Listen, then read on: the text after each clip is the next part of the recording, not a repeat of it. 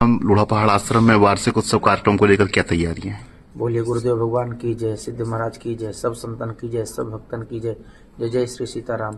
समस्त श्रद्धालु भक्तों को सूचित किया जाता है कि श्री सिद्धन धाम लोढ़ा पहाड़ में श्री राम वार्षिकोत्सव यज्ञ एवं श्रीमद् भागवत महापुराण का दिव्य भव्य आयोजन किया गया है।